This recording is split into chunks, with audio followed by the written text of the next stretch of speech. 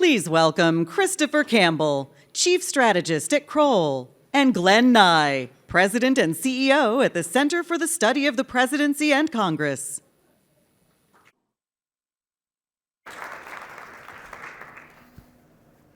It's great to be with you, and Congressman, it's great to see you as well.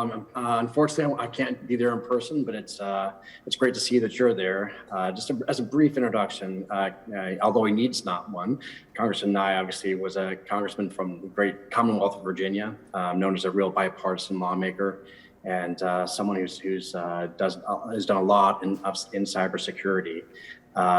So again, it's an honor to be with each of you, again, although virtually, and Congressman, it's great to see you. So, we're here to speak about cybersecurity and the real challenges ahead.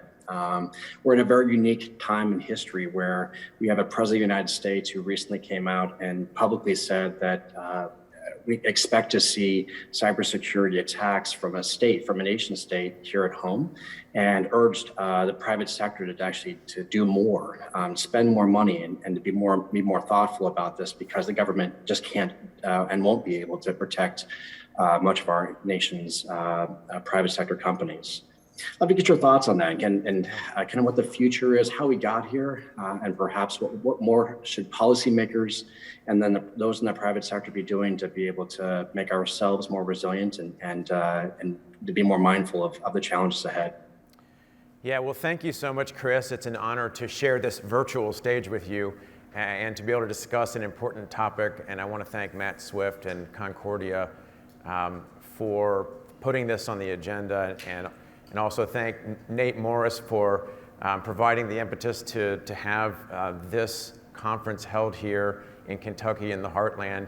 It's my honor to be able to join you to talk about this topic. Chris, you asked a really important question about the current state of cybersecurity threats and what the president just mentioned last week regarding the need for corporations to really step up their defenses and be ready. Of course, a lot of us are focused on this threat from Russia. Should we be prepared for retaliation in the cybersecurity realm from Russia in response to the American-led economic sanctions that were brought to bear against the Russian economy for their invasion of Ukraine? And the answer is yes. Obviously, particularly if you're in certain industries like the financial industry, you're particularly concerned about this right now, as given the potential for response to that financial sanctions package. And Chris, you lived this when you were an official at the Treasury Department and helped oversee bank cybersecurity.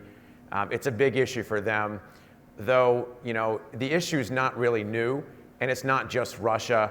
I actually remember being on a panel with someone from Bank of America several years ago who pointed out that they received inbound global cybersecurity hacking attempts almost every day from actors who thought Bank of America was the Federal Bank of the United States and thought they were sticking it to America by going after our central bank. But the point stuck with me. There is a really important lesson in the difference between federal infrastructure and government systems and corporate systems, but how they're all overlapped. Not every cyber attacker even understands who they're going after, but everybody has to experience that vulnerability. I also think an important point to raise, Chris, in addition to noting that these things aren't new, many of you probably remember the SolarWinds attacks. I remember waiting in line for gas last summer when the Colonial Pipeline Company had a cyber attack emanating from Russia, and that was a big red flag. But I think we also need to look forward, Chris, and think about the state of technology advancement in the United States and what's happening here. We're deploying 5G very rapidly across the country, and what does that mean for us? Well, it means we're going to have the advantage of autonomous vehicles where we can drive on interstates without touching our car. It means we've got remote medicine possibilities, even remote surgery. But the attack surface for cyber attacks is just getting bigger rapidly. And it's incumbent upon all of us as Americans to understand that as that technology develops and brings all these new opportunities to us, the need for us to up our game in national cyber resilience has to go along with that. It's incredibly great points. I think that it's oftentimes surprising to people to learn that the number 1, 2, and 3 service attack surface areas for folks, both for state and non-state actors, for folks for organizations in the United States, are financial institutions, of course, because everyone, you rob banks just because that's where the money's at. Right. Our national infrastructure, which is obviously, self-explanatory, then healthcare for privacy issues. And so, those are the folks that really spend a lot of time and a lot of money and a lot of resources to be able to protect themselves. What more, you have this unique position of serving in Congress and really leading these efforts while there. What more can U.S. policymakers be doing, or what more should U.S. policymakers should be doing to be able to better get prepared and better defend our nation in these areas? Yeah, thanks, Chris. I think we really do need to focus on that question of national preparedness, and we need to understand the several layers of preparedness that have to work together. So if you start with the government and the military, their systems are actually quite good at both defensive and offensive cyber. The challenge is that they're very good at defending their own systems, but they're not set up to defend the entirety of all the vulnerabilities across the country, including at the corporate and private organizational level and at the level of the citizen. Chris, you mentioned the president's discussion with the private sector last week on cybersecurity. There is a lot of conversation and assistance coming along from the federal government to help the corporate sector prepare itself better. You're at Kroll, you're really in the center of this now and helping prepare the private sector, and we have a lot of tools to help private sector companies do that. Protecting critical infrastructure is a really important part of that. But there's also this question of the role of the citizen. And this is an area where I like to spend a lot of focus, because it is important that all of us remember that as citizens, we play a role in national cyber defense. Whether we really understand that role or not, we're in it, and we have to raise our game. If you are getting training in cybersecurity techniques, things like just how to not click on the wrong link on your work computer, if you're seeing that for the first time when you're in the job force, that's too late in my opinion. And so a lot of this is going to have to come back to education. The president appointed a national cyber security coordinator last year who's working to coordinate federal efforts. But I hope that role will also include a significant effort on just raising awareness among the public for the role that they need to play here, Chris. And it comes back to education as well. We've got to start earlier. We have to start in the school system. A lot of this comes down to the actions of governors. It's not just a federal question. And there are actually some good news examples of governors in states across America who are taking this very seriously. They're including cyber hygiene and cyber literacy in state-level curriculum, so that when those students graduate high school, they start with an awareness. They don't need to be a cyber engineer, but they need to have a sense of the internet, how companies operate, how their data is exposed, and how to protect themselves using things like two-factor authorizations and just not clicking on the wrong link. And it's hard. Those things are easier said than done. So you've got to start early in the educational system, getting people thinking about that and thinking about their role, because all it takes for a major cyber hack to be successful is for one employee of a company to click on the wrong link and expose their network. You can have the best cyber engineer in the world, Chris, working for your company doing cybersecurity, but if one of your employees clicks on the wrong link, then all your efforts can kind of be washed away. So we need to raise the level of cyber awareness among the citizenry. And it's a challenge because, look, we've got a bandwidth competition going on, right? People are rightfully focused on like the war on Ukraine right now. They're focused on their personal economics. But we have to all act together to raise the profile of this issue so we're all thinking about our role in it.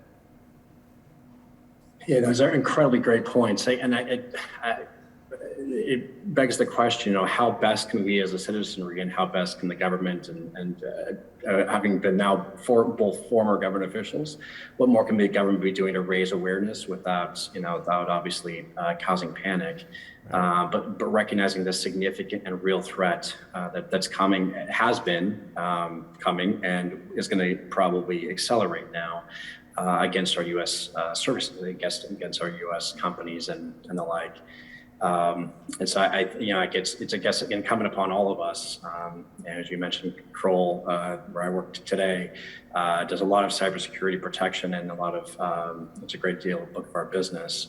And it's a real challenge of how best to work with corporations, but as you mentioned, what really matters is what the citizenry does, right? What each of us as individuals do, not just when at work, but when we're everywhere, right? To be cyber aware.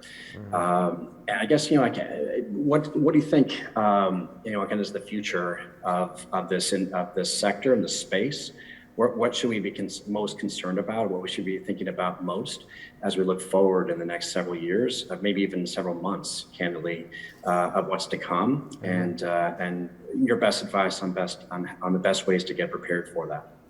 Well, let me start, Chris, with the good news part of the story. So the good news is there is an appropriate level of attention on this issue in a lot of areas where that needs to be there. So in other words, if you look at, start with the federal government, there is a high level of urgency attached to the issue. Homeland Security has a segment called CISA that works with the private sector and shares information, and they're very seized with this.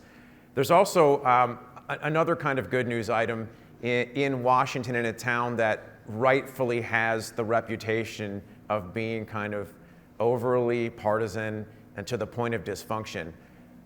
There has been bipartisan movement on cybersecurity, and it really is one of these areas where I'm finding folks are willing to find common ground. There was a Cyber Solarium Commission established in 2019 that was very bipartisan, brought together lawmakers and other experts from both sides of the aisle to come up with some national recommendations to really help our country prepare better. Many of those recommendations are being implemented. And so there is momentum, I think, to the right goal. There's also legislation on the Hill right now that is oriented to competition. That includes some important elements. Among those are investments in semiconductor production right here at home, investments in the workforce, which includes both helping more students learn science and technology degrees to become those engineers. But also, there was a bill included from Congressman Kinzinger, which touches on this just literacy questions, cybersecurity literacy among the general public, and helping every citizen understand their role in helping protect the country. And so there's good news to go with the bad, but I do think it's important, Chris, that we also remember that hybrid warfare is a reality that we've got to be ready for. We've already started to see some elements of it. And it includes several things. It includes cybersecurity in the kind of traditional way we think about it, like hacking systems. But it also includes information operations that are used against our country, fake Facebook accounts that pick on divisions and kind of rile people up and find ways to bring out the worst in us. That can be quite damaging, and we need to be more vigilant and prepared for all those. It does come back to this question of awareness, though. If we can get our citizens at a younger age to think about their role in this, we can succeed. America has all the strength and resources it needs to win, but we've just got to elevate this issue, and we've all got to play our role, and we've got to stay on it. It's a fantastic way to end our role as citizens, and to be thoughtful and be very careful of everything we do, specifically when we're online. Congressman, it's incredibly great to be with you. And of course, I'm sure we both really are grateful for the invitation to Concordia. I personally hope that each of you have an incredibly great conference. I'm sorry not to be there with you in person, but what an incredible opportunity to spend some time with each of you, and certainly, obviously, with you, Congressman. And I look forward to listening in to the rest of the conference. Thanks, Chris. Take care.